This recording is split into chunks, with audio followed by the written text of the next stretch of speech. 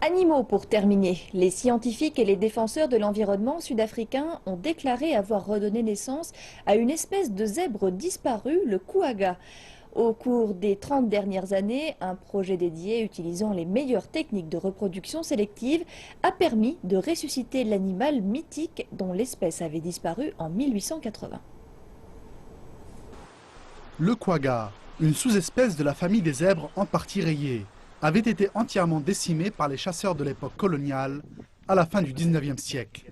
Mais récemment, un petit groupe de scientifiques et de défenseurs de l'environnement sud-africain affirment avoir redonné vie à l'animal au sein d'une réserve privée située à 2 heures de route au nord de Cape Town.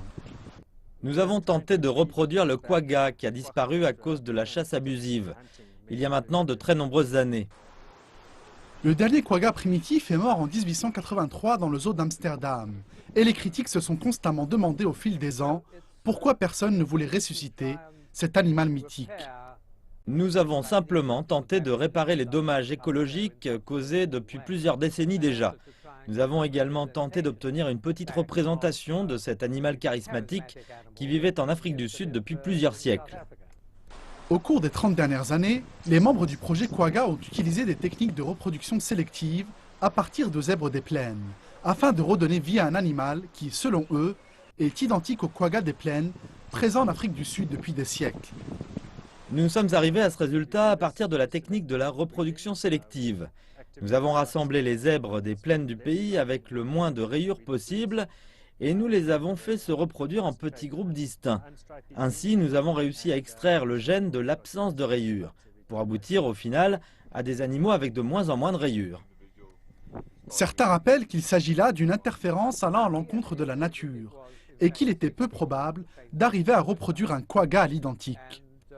Les analyses d'ADN montrent clairement qu'il s'agit de la même espèce que celle des zèbres des plaines. Elles sont vraiment identiques.